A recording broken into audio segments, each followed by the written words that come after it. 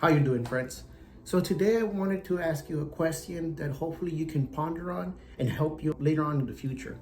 So here is the question. Training versus attitude. What's the difference? So a lot of people don't know that if you do have a good attitude along with a good training, you're going to be very successful. You're going to move on along the way, the ladder, or continue making the company a little more valuable along the way. The thing that people don't understand is when you have a bad attitude along with good training, you're really not going to go anywhere. It's not going to move up. So I used to believe that if you provided training to everybody, no matter what was going on, things was going to get better. It was going to turn a little bit more smoother. It's going to have a more powerful effect to the point where everybody understands what their role is and what needs to get done. However, I ended up knowing later on in the future that that's not the case. If you have people or even the company's culture that is negatively impacting you, no matter what you do, training won't do anything. You might tell them like this is something new and something that's gonna make you more progressive within the future, but nothing's gonna change.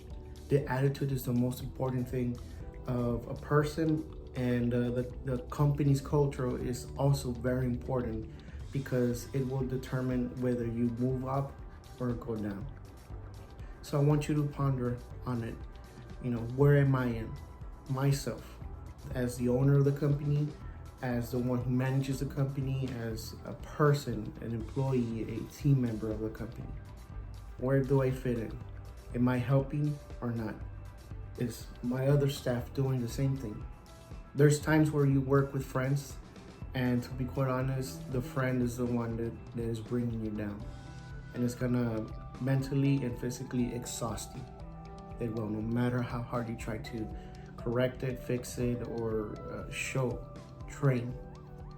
If you want to know a little bit more about the aspect about it, you can go ahead and look it up in YouTube.